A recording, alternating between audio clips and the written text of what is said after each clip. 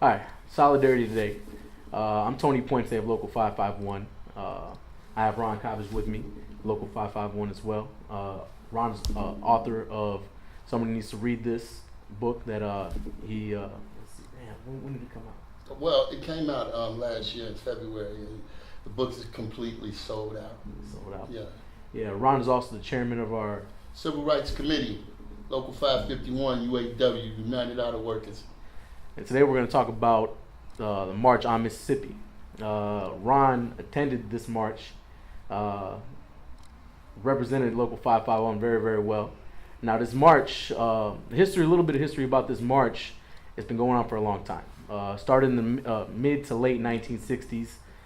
Many different people marched this march in many different marches and different causes and so forth. One of the main things I want to talk about, the line leaders changing and so forth. When the line leaders changed, the cause changed. When Martin Luther King was the line leader, it was a liberation march, civil rights march. When Walter Reuther was the line leader, it became a march for the workers' rights. When James Meredith, when he started to walk, it was a march against fear. Okay, so what we're going to talk about is the civil rights movement and so forth. And my first question to you,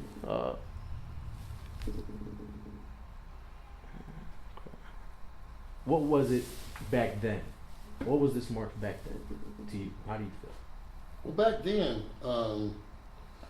my father was more into the march. Back then, it was when Martin Luther King Jr. marched, it was more for civil rights. You said when Walter Reuther marched, it was more of a right for workers' rights. And the next march you said was a march on fear. This march in Mississippi was a combination of all three. The Nissan plant in Mississippi is not unionized, and what they're doing is they're injecting fear inside the membership there. Nissan has additional plants that their members are unionized. Mm-hmm. But what's going on in Mississippi by the company injecting so much fear in the membership there, everyone has become complacent with just their checks and scared of losing their job if they don't do what the company says. So it was a march put together that brought some powerhouse people, some awesome people together to give these people at Nissan an opportunity to become union and give them a voice. Because they don't, I mean, they probably heard of the union, but they don't know the benefits of a union or bargaining team, you know, which would bring them better benefits, better wages, which would give them a wine garden right.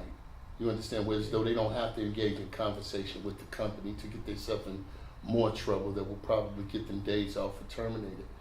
You know, so Danny Glover was there.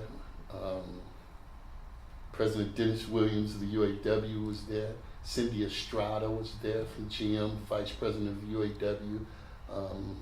President of the NAACP, Cornell Brooks, was there.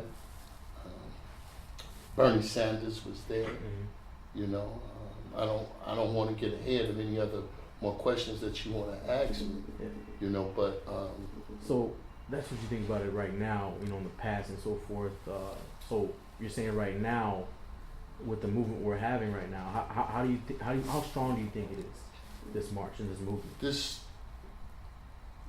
That day in Mississippi, which was about a month ago, man, I had an opportunity to be a part of history. It was over 10,000 members there. Nissan Planet gave their workers the day off there because they knew more people would be involved. But we completely shut Mississippi down, man. 10,000 people marching on the expressway, holding hands, screaming solidarity forever. That's a beautiful thing. Man, it was a beautiful thing. I mean, I could try to verbalize the feeling that I felt, but it would be an understatement. Mm-hmm. You understand? I could, you know, you had to be there to really understand this powerful force once 10,000 people come together and voice their opinion on workers' rights. This is the year 2017. We shouldn't be fighting for civil rights right now. We shouldn't be fighting for workers' rights right now. You know, civil rights, you just want to be treated with courtesy. You just want to be treated like a human being. And they deserve to be treated. They put out a good product, and they deserve to be union. They deserve to have a negotiating team, and they deserve to be a part of something bigger than themselves, which is the United Auto Workers. Absolutely. Now this march, obviously has a past, a rich past, has a great present. What do you think it could be in the future? Well, if people, the membership, that Solidarity will, if they won't allow that fear to consume them, but that fear to push them in a forward direction, man, we will become a power to be reckoned with. You understand? Absolutely. And it was just awesome, Tony, man. I know you would have loved to have been there, but I know you're probably doing something in the plant, bringing people together there, man. But to see that many brothers and sisters wearing Solidarity red, man, doing something for someone that's scared to do it for themselves, man. It was like the big brother effect, man. When you see somebody that you're finna fight somebody and you see your big brother coming and you know everything's gonna be safe in there. Imagine looking behind you and you're about to fight someone and your big brother is 10,000 people. That goes to show, one person is a voice, but everybody collectively, it's a roar. Yeah. How did it feel walking in the footsteps of legends? Oh man. Of civil rights legends and everything like that. Martin Luther King. Yeah. How did it feel?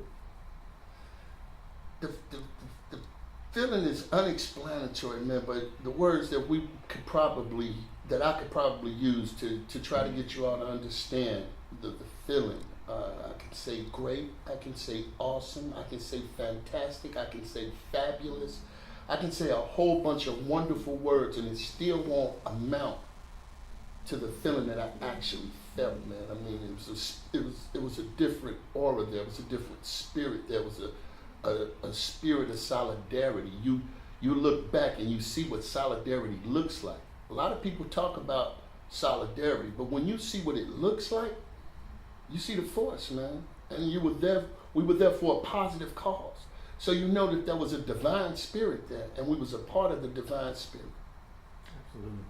And how was the crowd? Man. You said 10,000 deep. 10,000 deep. Coppage front line, local 551 in the building. We all know you have that voice. Man, y'all know I am. President from the NAACP, me and him was holding hands, and we were marching on the front line. Everybody else was behind us. He said, man, your voice, who are you? I said, man, it's who's in me. It's not who I am. It's who's in me. Absolutely. You understand that speaking. So I would chant something, and can you imagine 10,000 people chant what I said? And we would chant something like this.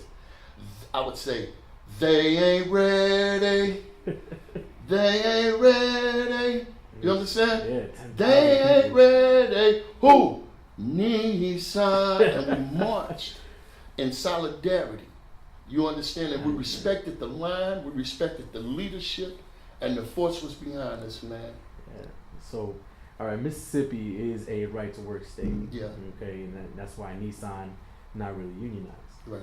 Now, how do you feel about right to work? And a lot of people don't understand what right to work is. It should really be called right to work for less. Absolutely. It should really be called the right to take your rights away. Absolutely. But see, Tony, it's a lot of people out there, man. America has maybe one of the biggest job crisis in the world. You understand? So a lot of people that want to work. So when they hear the phrase right to work, your mind, what it does is take it and it builds its own perception around that. But us being in a union, we know exactly what it means. And behind that statement, right to work, is not a period, it's a comma. Because it's an incomplete sentence, and they're not telling the masses. Everybody wants to work, so they're like, yeah, right to work state, yeah, we want this to be. No, it's a comma behind that. And after the comma is right to work for less, period. Right to work without a voice, period.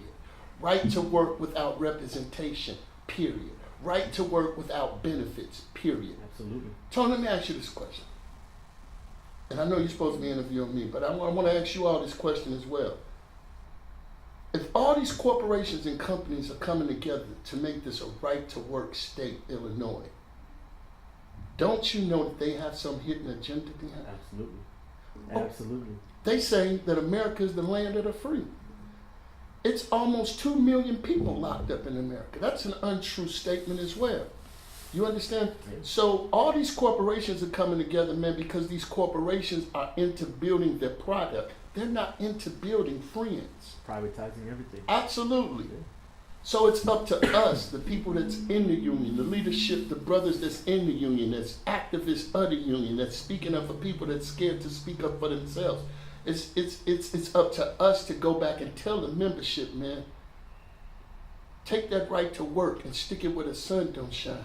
Absolutely. Because you're trying to take away from mine. Trying to take away our voice. Absolutely. You understand? Yeah.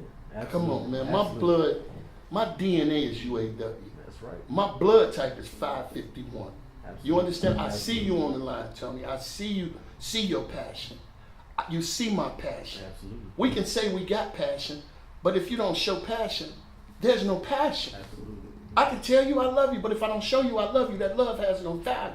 You're right. You understand? But I see you on the front line, my brother. I see you going against people and their hidden agendas, man. I see you putting your job on the line. You understand? Just to get the truth out, man. Absolutely. You understand? For real. And it's just an honor and a privilege to be with a league of extraordinary women and gentlemen, man, in the UAW, man. Absolutely. It is liberating. You know? Yeah, it really is. It really is. So now, when you're at, the March on Mississippi and so forth, you met a couple people, right? You met Danny Glover. Yeah, man. How's Danny Glover? Oh man, to see Danny Glover in the color purple, and to see Danny Glover the actor is nothing like seeing Danny Glover the activist. Yeah. You understand? He's very passionate, man, and it's just mighty ironic that he made a movie called Lethal Weapon, because when he gets on the microphone and he speaks about union and solidarity and labor and coming together in the UAW, man, he's a lethal weapon, man. Lethal weapon? He's a lethal weapon. He really is. I could imagine. I've Yeah. seen him speak and so forth. He's a really Man, he's a down-to-earth brother, man. He's very approachable, man. We engaged in a long conversation together. We walked together holding hands, man. Yeah. Danny Glover's my man. What about Bernie Sanders? You get to Bernie Sanders.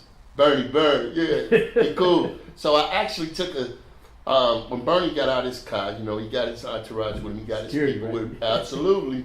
Oh yeah, absolutely. He's very secure. So, but me being Coppage and the person that I am, I walked right up to Bernie. They didn't say anything to me. I asked them, "Can I take a selfie with you, sir?" He said, "Absolutely." Asked me my name. I let him know that I was from Chicago, UAW Local 551. We stand here in solidarity.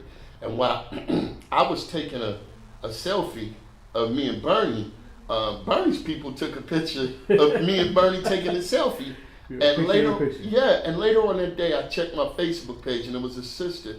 I forgot her name, man, but she's singing "The Real People Heal People," one member at a time, sir, and she thought that it looked familiar because she was checking Bernie Sanders' tweets. Mm. And that picture that they took, he used it as a tweet on his Twitter page. Yeah. Yeah, absolutely, and said it takes more than just one to become a union, man, and to stand in solidarity. And it just felt, that was just an awesome feeling, man. I know my father would be proud, and I know the membership at Local 551 would be proud. I can speak for myself. I can't speak for the union, 551. But man, I'm proud that you're out there, representing, man. We stronger together, bro. I'm glad you're out there representing, man. Yes. A couple other questions, Okay, so when you're down there, I said all these names: Martin Luther King, Walter Luther, and so forth. All these names I've said, they're all really would march for one cause, really. It's the right to be respected in the environment we work in. Right. Yeah. So when you were down there, with the Nissan workers, when you spoke to them, what were their main causes? Were it benefits, wages, or was it safety? You know, The main concern, sometimes some people's, main objective is safety. yeah, that was a big concern with a couple of the Nissan employees that I talked to, that I spoke with, was their safety. You know, people had a history of getting hurt in this plant and coming back to work before they healed up because the company was injecting fear in them and telling them you're going to lose your job and stuff like this, and they wanted benefits, more benefits, they wanted more days off, you understand, to spend with their family, working 11, 12-hour shifts, man, it's only 24 hours in a day. If you work in 12, you get ready an hour and a half, you get 6 hours sleep. How much time do you have to spend with your family? I mean, money is not everything, So safety was one of their biggest concerns, as well as them being treated civilly. They're making a good product for Nissan. Nissan should not want to do this. It should not feel obligated to do this, but just to do this out of compassion.